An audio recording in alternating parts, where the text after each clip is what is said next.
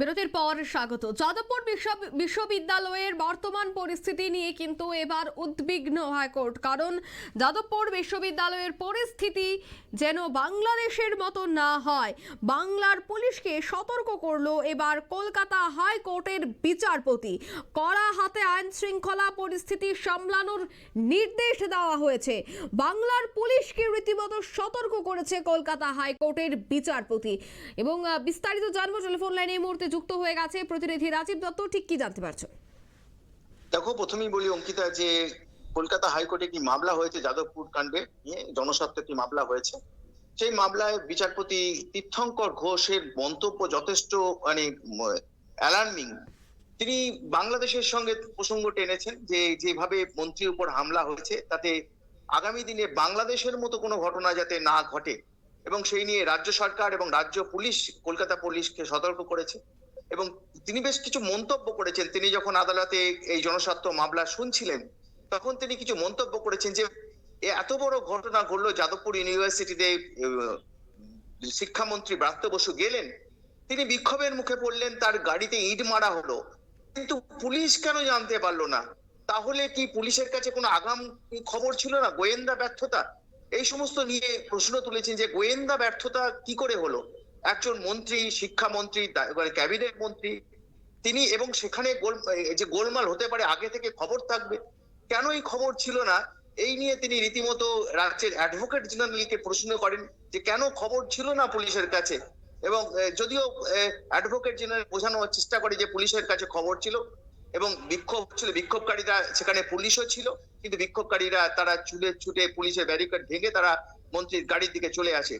তখন মন্ত্রী জানতে চান অ্যাডভোকেট জেনারেলের কাছে যে যদি বড় কিছু হয়ে যেত, যদি গাড়িতে ইট মারা হয়েছে, এরপর যদি কিছু হয়ে যেত তাহলে কি আগে থেকে সেভাবে প্রস্তুতি কেন রাখা হয়নি? এই বিষয়টা নিয়ে তিনি প্রশাসনকে পুলিশকে সতর্ক করেন, কলকাতা পুলিশকে সতর্ক করেন।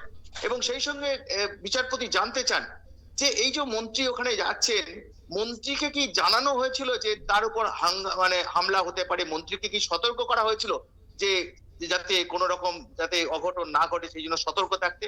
এই বিষয়টা কিন্তু জানতে চান এবং রাজ্য সরকারের কাছে হলফনামা চাওয়া হয়েছে। যদিও বিষয়গুলো নিয়ে তিনি উদ্বেগ প্রকাশ করেছেন যে সত্যি যে ঘটনা ঘটেছে যাদবপুর ঘটনা, যে সেখানে শিক্ষামন্ত্রী যাওয়ার যেভাবে তাকে বাধা দেওয়া হয়েছে, তারপরের ঘটনা, এটা ঠিক যদি গোয়েন্দা ব্যর্থতা হয় তাহলে সেটা সত্যি উদ্বেগজনক। এটা কিন্তু বারবার তিনি, জাস্টিস তীর্থঙ্কর ঘোষ, তিনি বারবার ইজলাসে দাঁড়িয়ে মন্তব্য করেছেন। কারণ গোয়েন্দা ব্যর্থতা মানে হচ্ছে খবর পুলিশ রাখছে না। এবং সেই সঙ্গে তিনি এই মন্তব্য করেছেন যে যাদবপুরের ঘটনার পর কলকাতা পুলিশের স্পেশাল ব্রাঞ্চের একটা শিক্ষা নেওয়া উচিত, যে খবর কিভাবে রাখতে হয়, যেটা আগাম প্রস্তুতি রাখতে হয়, কলকাতা পুলিশের শিক্ষা নেওয়া উচিত।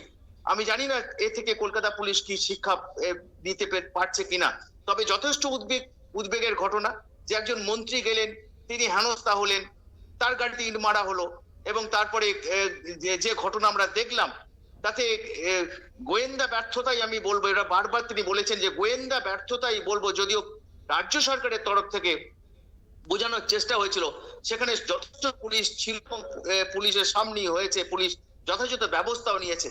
কিন্তু যদি সেটাই হয় তাহলে মন্ত্রীর গাড়ি কি করে আটকালো? মন্ত্রীর গাড়ি যখন ওখান থেকে বেরুবে তার জন্য যথেষ্ট নিরাপত্তার আয়োজন করা উচিত ছিল, সেসব কেন হয়নি? এই সমস্ত নিয়ে রাজ্যকে প্রশ্নবাণে, রাজ্যের অ্যাডভোকেট জেনারেলকে প্রশ্নবাণে জর্জরিত করেন কিন্তু বিচারপতি তীর্থঙ্কর ঘোষ। এবং তিনি উদ্বেগ প্রকাশ করেন যে আগামী দিনে এই ধরনের ঘটনা যাতে না হয়, তাহলে যেন তাহলে তো বাংলাদেশের মতো অবস্থা হবে। বাংলাদেশে যেমন যে ঘটনা ঘটেছে, সেখানে গোয়েন্দা ব্যর্থতার জন্যই কিন্তু এত বড় ঘটনা, যে এত বড় আন্দোলন, এই যে জুলাই আন্দোলন, যেটা তথাকথিত জুলাই আন্দোলন বলা হচ্ছে, হাসিনাকে পালিয়ে আসতে হয়েছে ভারতে। তো এইরকম একটা ঘটনার পর বাংলাদেশের গোয়েন্দারা খবর রাখেনি, যার এটা ব্যর্থতা। ঠিক একই ধরনের ব্যর্থতা আজকে এই ব্রাত্য বসুর উপর হামলা। কারণ তাই তিনি সতর্ক করেছেন যে বাংলাদেশের মতো যাতে অবস্থা না হয়, যাতে গোয়েন্দা ব্যর্থতা না হয়, সেই জন্য খবর রাখতে হবে পুলিশকে, এবং স্পেশাল ব্রাঞ্চকে, কলকাতা পুলিশের স্পেশাল ব্রাঞ্চ এবং গোয়েন্দা আইবি কেও খবর রাখতে হবে, যাতে আগামী দিনে এই ধরনের বড় ঘটনা যারা ঘটাবে তার আগে তারা খবর পেতে পারে।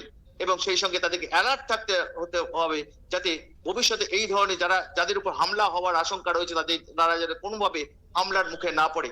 এখন রাজ্য সরকার এরপরে নিশ্চয়ই এ থেকে একটা রাজ্য পুলিশ একটা শিক্ষা নেবে, এমনটাই কিন্তু মন্তব্য করেছেন জাস্টিস তীর্থঙ্কর ঘোষ। যদিও সেদিনের ঘটনার পর আমরা দেখেছি যে সেদিনের ঘটনার এই যে ছাত্র ফেডারেশনের বিক্ষোভ, সেটা কিন্তু ঘোষিত বিক্ষোভ ছিল এবং সেখানে একদম তারা পরিষ্কার তারা সংবাদ মাধ্যমের সামনে বিবৃতি দিয়েছিল যে মন্ত্রী এলে তারা বিক্ষোভ দেখাবেন। এমনকি মন্ত্রী যখন যাদবপুর বিশ্ববিদ্যালয়ে আসেন তখনও কিন্তু ছাত্র ফেডারেশনের ছেলে এবং বামপন্থী ছাত্র ইউনিয়নের কর্মীরা তারা তাকে কালো পতাকা দেখিয়েছেন, গো ব্যাক স্লোগান দিয়েছেন, চোর চোর স্লোগান দিয়েছেন।